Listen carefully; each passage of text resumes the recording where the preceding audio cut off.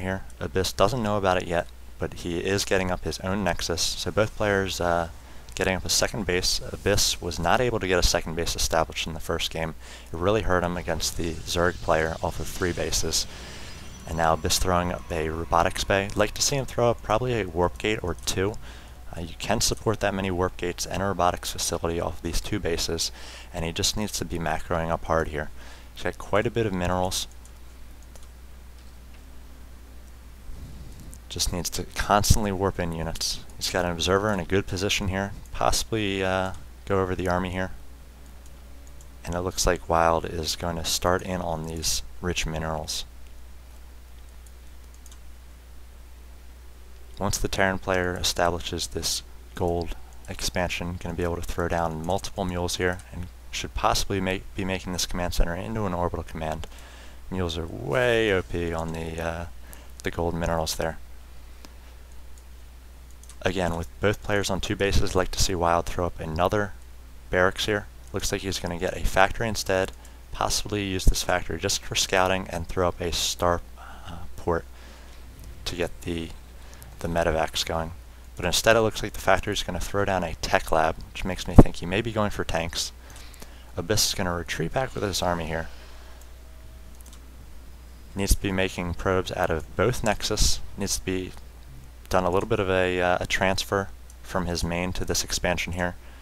And again, needs to be chronoing probes out of both Nexus. Both players off of 2 bases here, but very poor saturation for both players. 29 harvesters on 2 bases. Both players just focusing on army now. Both keeping their spending very low.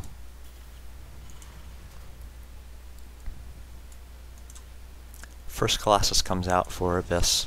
Does not yet have the thermal lance upgrade, though he is working on it. And looks like training a second Colossus as well. If you look at the APM for these players, both sitting around 45 average.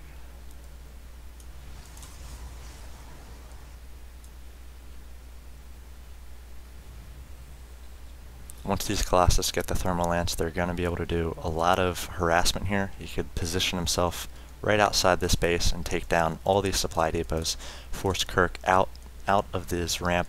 He could possibly even force field this ramp and take down supply depots. Looks like Abyss moving out the scout here. He is going to see this gold expansion. Kirk's army is not in a great position here to defend this expansion. Abyss is much more mobile with these stalkers, and it's got a pretty quick path to attack, whereas Wild has to go all the way down and then over. So I'd like to see Abyss move out here.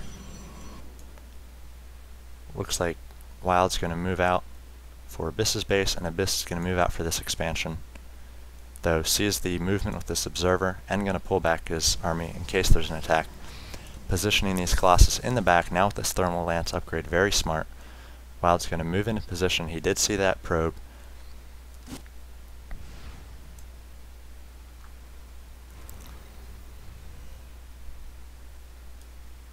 Three Colossus on the way. Abyss needs to warp in more units off these warp gates, keep his macro up. Another Colossus coming. Looks like a ton of medevacs coming out, 4 medevacs and 2 Vikings coming out for Wild. So he probably should wait until these Vikings finish before he attacks, especially if he scouted the Colossus at all. Looks like he has not yet seen the Robotics Bay. And is also food capped himself. Both players have side capped themselves. So it looks like Wild's going to do a bit of a drop here. Could see him push in with his army here, or even take down these rocks while this drop is happening. Looks like he's going to try to focus down this Robotics Bay. Abyss does have a number of Colossus out, but this is really going to hurt him. Could possibly see Wild using these drop ships on the expansion now.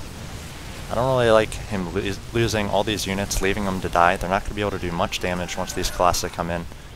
They're almost able to focus down one, especially with the EMP that just went off. But usually players position those dropships over their their attacking units. As soon as the Protoss army comes, you just pick up the units and you just get out of there.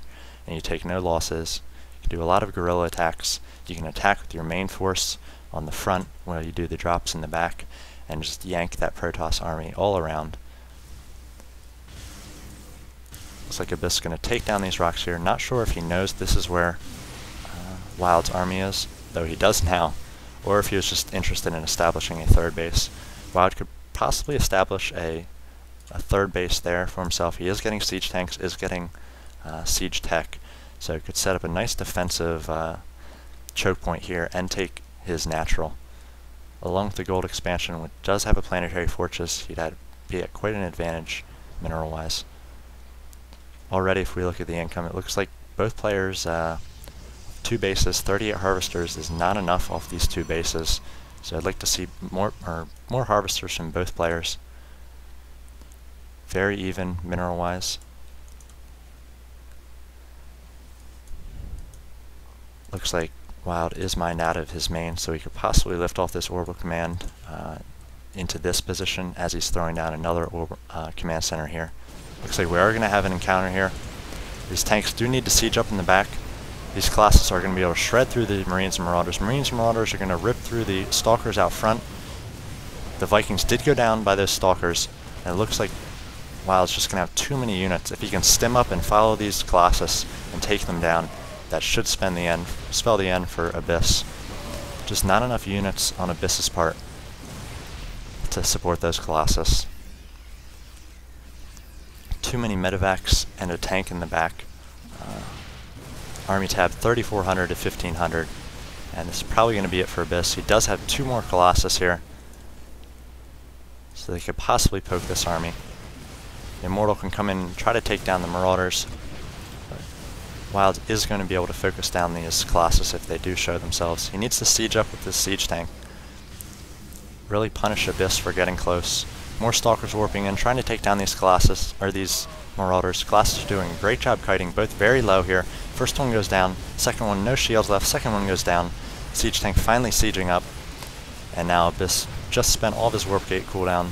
He's not going to have any units coming out here, and Wild is going to be able to take down this base, this player, and this series. So Wild winning quite handily in 2 games here. Sort of expected. Diamond level player, one of the highest rated, if not highest rated player in the tournament bracket now. So random player, much better game this time. Feel like both players really had a chance there. Some good unit comps. The Colossus were a great counter to the Marines and Marauders, just not enough in the way of army. So that was game 2 and the final game of this series. The next round will commence, well, should be going on this week, and I will cast those games either this weekend or as I get them in. So our players here were Wild and Abyss. I'm your caster Matron. Thanks for watching.